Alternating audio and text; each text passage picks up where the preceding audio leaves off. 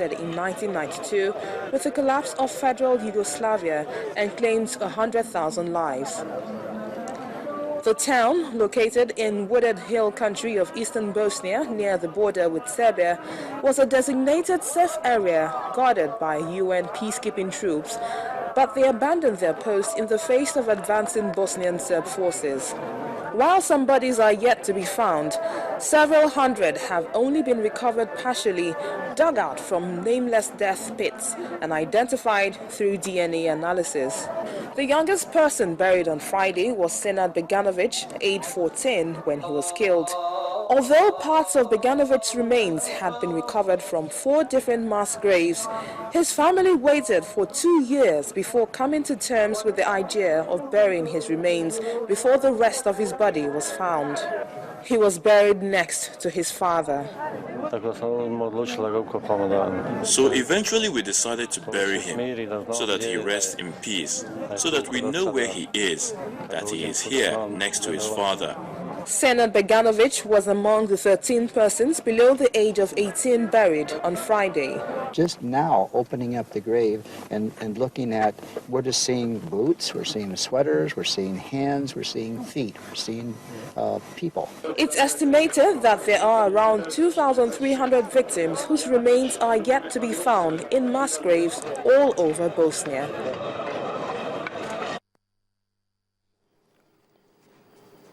We'll be taking a lot at headlines making the rounds in the African continent when we come back from the break. UK prosecutor reviews links between UK aid and a former governor in Nigeria. Do join us again.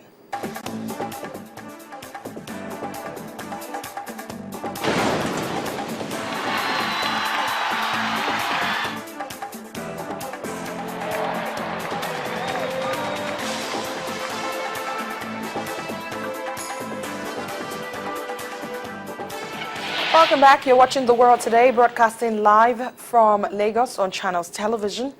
Here are the stories making the rounds in Africa. Britain's leading fraud prosecutor is evaluating material alleging UK aid might have been channeled to companies linked to the jailed former governor of Delta State, Mr. James Ibori. Solicitor-General Mr. Oliver Held said in a written response to a parliamentary question that the Serious Fraud Office is examining whether there is any indication of any offence falling within the criminal jurisdiction of England and Wales as opposed to criminal jurisdictions overseas. Mr. Ibori, who governed Delta State from 1999 to 2007, was jailed for 13 years in Britain in 2012 after pleading guilty to 10 counts of money laundering and fraud in one of the biggest embezzlement cases seen in Britain.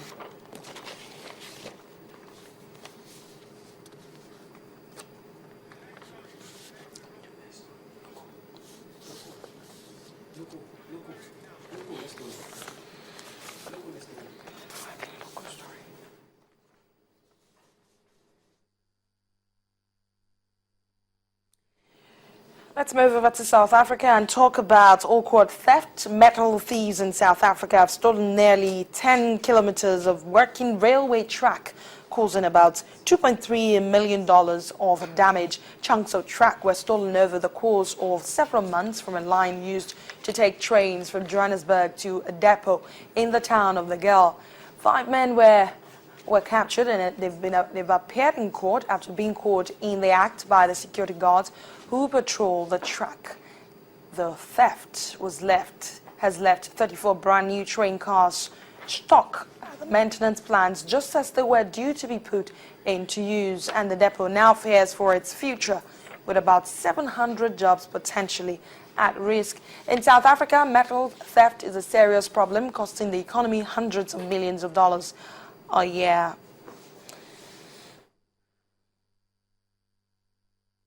Well, back in Nigeria, the president says that terrorism will be defeated in the country the same way it's been defeated in other parts of the world. President Jonathan, who was speaking while inaugurating the Theophilus Danjuma Committee on Victim Support Fund, insists that if terrorists could not overcome the Middle East, United States and other countries, they will not succeed in Nigeria either. He asked Nigerians to support his administration and pledged his unwavering determination to provide succor to the victims of terror. Our State House correspondent, Chukwuma Onwekusi, reports. The terms of reference for the committee include to identify sources and ways of raising sustainable funding to support victims of terror activities, develop appropriate strategies for the fundraising, ascertain the persons, communities, facilities, and economic assets affected by terror activities, as well as manage, disburse, and administer support to the victims as appropriate. The president describes terror as unfortunate, coming at a time Nigeria should be engaged in development initiatives. This is not the kind of event we would normally pray for. As a developing nation with lofty dreams, I would rather be here inaugurating a committee on development initiatives. But this is the unfortunate situation where we have found ourselves because of the lawless acts of a few misguided individuals who are shedding the blood of innocent people in our nation. The president reiterated that evil will never prevail as the war is gathering momentum. I call on all Nigerians to stand together in support of our security agencies against terrorism. They are working night and day under difficult circumstances. It's unfortunate that when our security personnel prevent 1,000 attacks, it is the one attack that succeeds that makes headline news and tends to portray our security agencies as not doing enough. The Victim Support Fund Committee will help to mobilize collective efforts and resources in support for the victims.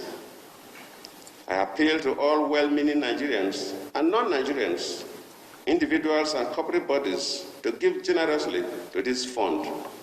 This is not a tax for the rich alone. Every widow's mite will count.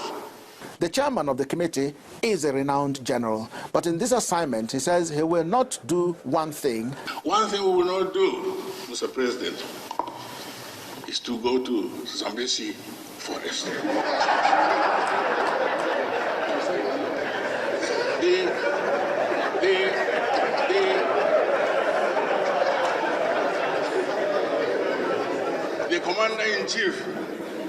The commander-in-chief will lead.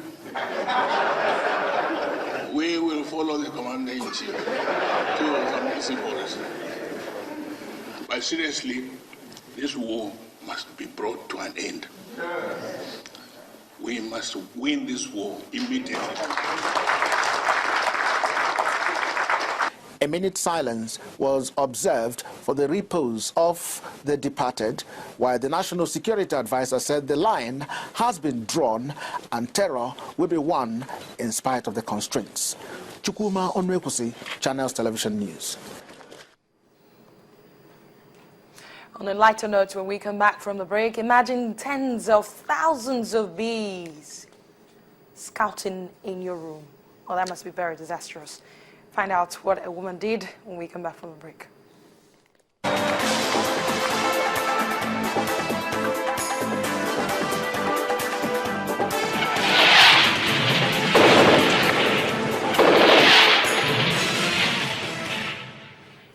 Welcome back to The World Today. We can now bring you more on the tragic train derailment in Moscow that killed about 21 people just yesterday. We have on the phone with us our colleague from the Voice of America, Daniel Chef, to give us a quick review of what happened.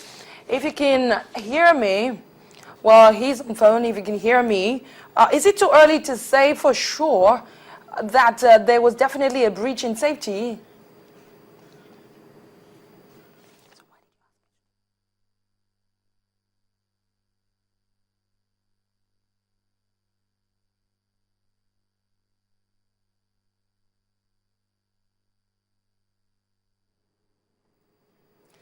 We seem to be having a technical problem reaching our colleague at the Voice of America, but we do have more on that story. A day after that tragic incident in Moscow, Russian investigators have announced that arrest of 2 Moscow metro workers. They've arrested them for safety breaches.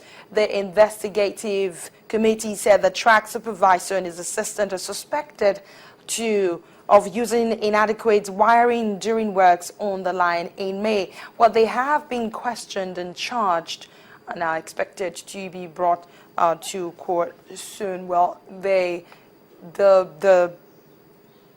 162 people were injured in that crash. National flags have been lowered in the Russian capital in sign of mourning, while people continue to bring flowers to the metro station where the accident took place. 20 people were killed and 150 others were injured when a Moscow underground train derailed between 2 stations during the morning rush hour. I was shocked because no one is protected from that. This could happen to everyone. I was just scared for my life and for those of other people.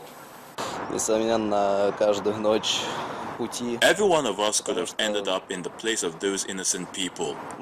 It would be great if everyone was warned for the future, and if we knew the reason why this happened.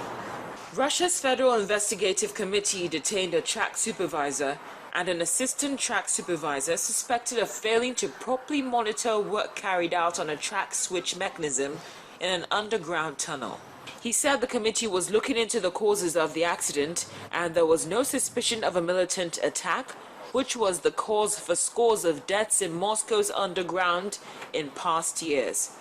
The accident is the worst in years of Moscow's overcrowded metro and highlights concerns about Russia's patchy transport safety record. There was no sign that the incident was a militant attack. On a lighter note on the world today, what do you do when an unwanted guest overstays their welcome? Well, some people endure while some other people show them the door.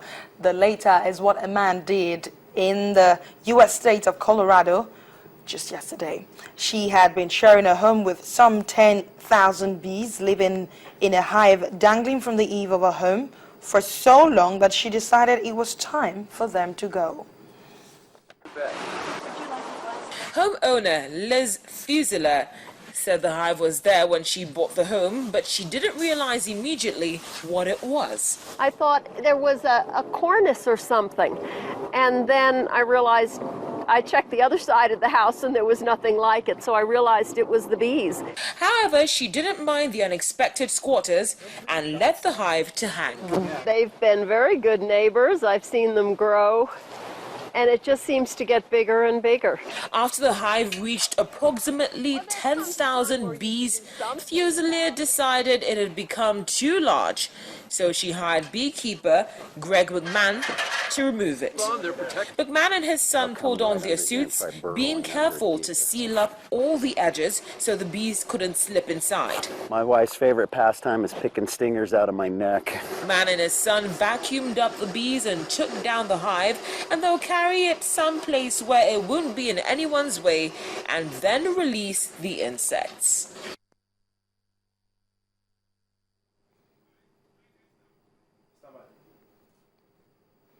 You have to look at it from both sides. Either have a big jar of honey made from that disaster, well, they're almost disaster. Thanks a lot for watching the program today. I am Adeshewa Josh. Sports at 6 is up next.